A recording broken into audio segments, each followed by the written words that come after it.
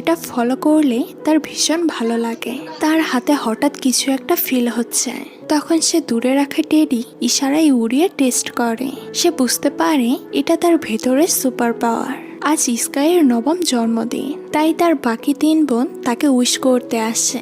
স্কাইয়ের বড় বোনের নাম ছিল ফ্লেম, মেজ বোন মেরিনা, সেজ বোন ফ্লোরা। তারা যখন 3 জন মিলে স্কাইয়ের রুমে আসে তখন স্কাই তার হাত দিয়ে ফিশ বল উড়াচ্ছিল।